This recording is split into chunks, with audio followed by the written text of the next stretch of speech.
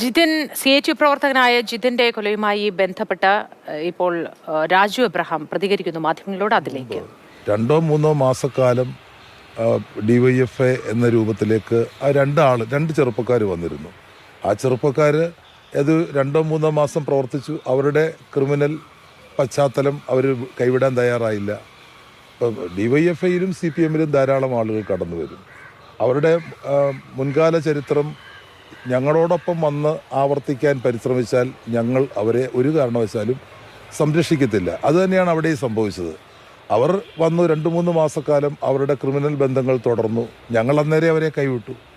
ഞങ്ങൾക്ക് അവരെ സംരക്ഷിക്കാൻ ഒരു കാരണവശാലും താല്പര്യമില്ല, കഴിയത്തില്ല. അതുകൊണ്ടാണ് 2023 തുടക്കത്തിൽ തന്നെ ഞങ്ങൾ അവരെ കൈവിട്ടതാണ്. ഞങ്ങൾക്ക് യാതൊരു ബന്ധവും അവരുമായിട്ടില്ല.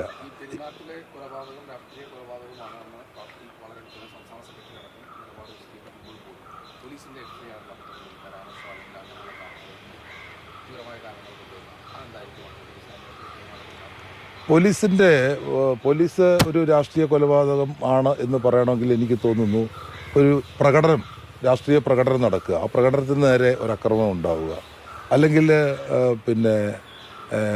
രാഷ്ട്രീയ സംഘർഷങ്ങൾ, ആ രാഷ്ട്രീയ സംഘർഷങ്ങൾ പരസ്യമായിട്ടുണ്ടായാൽ അങ്ങനെ ഒരു കാരണമാവാം ഒരുപക്ഷെ പോലീസ് അത്തരത്തിൽ രേഖപ്പെടുത്താത്തത് എന്നാണ് ഞാൻ വിശ്വസിക്കുന്നത്. ഇവിടെ ഉണ്ടായ സംഭവത്തിൽ മരിച്ചതാരാണ്? മരിച്ചത് അവിടുത്തെ CITUവിൻ്റെ പ്രധാനപ്പെട്ട പ്രവർത്തകൻ, അവിടുത്തെ DYFIയുടെ പ്രധാനപ്പെട്ട പ്രവർത്തകൻ. CHU പ്രവർത്തകനായ പത്തനംതിട്ടയിലെ മരിച്ച ജിതിന്റെ കൊലപാതകവുമായി ബന്ധപ്പെട്ട രാജു എബ്രഹാം മാധ്യമങ്ങളോട് സംസാരിക്കുകയായിരുന്നു.